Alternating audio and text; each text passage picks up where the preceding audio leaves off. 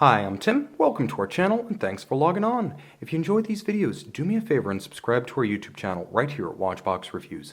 I would really appreciate it and I promise to update daily. If you love this watch, you can see it and you can purchase it on our website, thewatchbox.com. Today, we discuss a late 2018 for 2019 model year debut, and we're fortunate to have one of these pre-owned already, but it's the Bremont Supersonic limited edition in stainless steel. 300 pieces celebrating the immortal Franco-British Concorde Supersonic transport. I have great memories of the aircraft from my youth. I would see it flying out of JFK from my grandparents' patio on Nassau County in Long Island. It was the original Levittown, and out on the patio I could see the departure pattern from JFK and the Concorde with its unmistakable outline overhead. I always wanted to fly on it. Never happened, but you can carry a little piece of the Concorde mystique on your wrist with the Supersonic, and this probably is the one to own. Between the gold options and the steel is the one that keeps it real. 43 millimeters, it's an easy watch to wear. Even on my 16 centimeter circumference wrist, you can see in profile from the side, the lugs don't quite flare out. It's the shape of the lugs in this Triptych case construction that makes a huge watch that would otherwise be unwieldy wearable on a smaller wrist. The lug-to-lug is 51.2, but again, you really have to take the shape of the lugs into account. The watch is only 13.2 millimeters thick with a generously sloped double Gadron bezel, so it will slide underneath the cuff. You can see it's barely taller than my shirt sleeve right here. Now, zooming in a little bit so you can see that of which I speak. The Triptych case construction separates the lugs from the canister that holds the dial and the movement, so you can see they're almost melted in profile, drooped and draped around the wrist. They help the ergonomic case of this watch, and it's one of Bremont's design masterstrokes because it also works from a functional standpoint. The strap is described as Connolly by Bremont, which I suppose is the revived Connolly leather concern, as the original Connolly went out of business in the early 2000s, but one of the scions of the family reestablished production subsequently, and that's what you'll get. It does feel a little bit more substantial and rich than a conventional Bremont strap. You can see the stainless steel buckle features a raised bridge over its stanchions so that the strap actually sits inside the buckle rather than stacking up on the wrist. It's a system that actually helps the fit a good deal. Now, the strap also features semi-curved spring bars that allow the lugs to be drilled relatively close to the case without constraining the movement of the strap. So you can see the pivot points are actually far inboard of the lugs. That's one of the reasons this big watch fits compact.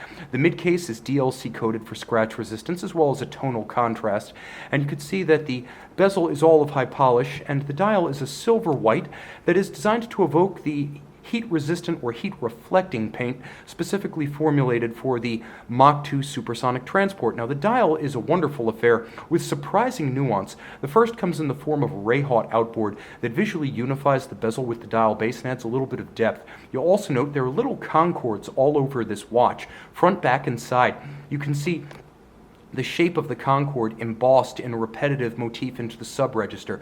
For the seconds, you can see that there's a little Concorde index up at 12 o'clock. There's also a little Concorde, actually a quartet of them, embedded in the crown, and then, yes, that is the image of the Concorde cut into the bridge of the Bremont exclusive caliber. You can see its shape and its delta wing profile, but I'm getting ahead of myself. Let's jump back to the dial. You can see it is loomed, and another one of the details that I adore, the small blob-style lozenge applique indices. So there are applique indices with lume on this dial. The remainder, including the graceful and minimalist blued foy-style hands, designed to evoke watches of the 1970s when the Concorde was new, cool, and arguably in its salad days. That was the era when it seemed like the future rather than a novelty. You can see that the dial also features depth in the cut of the power reserve scale for the 8-day manual wind power reserve up at 12 o'clock, as well as sub-seconds down at 6 with its sunken race and a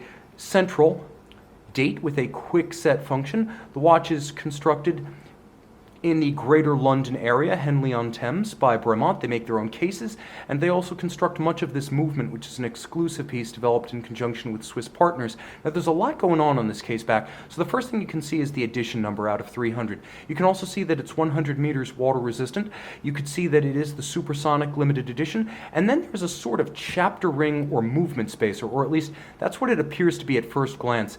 This is actually a piece of a Concorde that remains on display at Heathrow, and it's an aluminum ring crafted from a piece of the aircraft, and G-BOAB, the call sign of this one, featuring some of its statistics from a long career stretching 1976 to 2000. You can see it made 6,688 flights.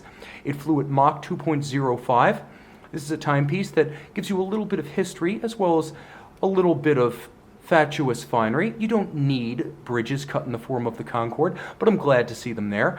Twin mainspring barrels, and you can see both oversized, giving this watch long legs. An 8-day power reserve, manually wound. This is Bremont's first manufacturer exclusive manual wind caliber. I don't want to call it in-house because they do work with Swiss partners on some of the parts and engineering, but it is exclusive to their brand. You can see it features a balanced beating weight at 21,600 vibrations per hour, and it does have that quick set function for the date.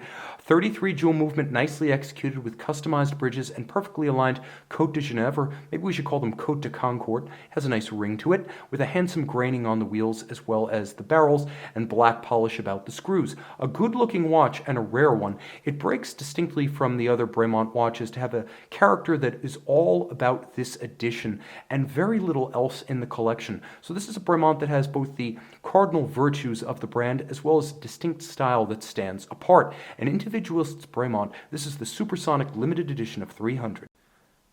The Supersonic from Bremont. You can see that little loomed Concorde at 12 o'clock.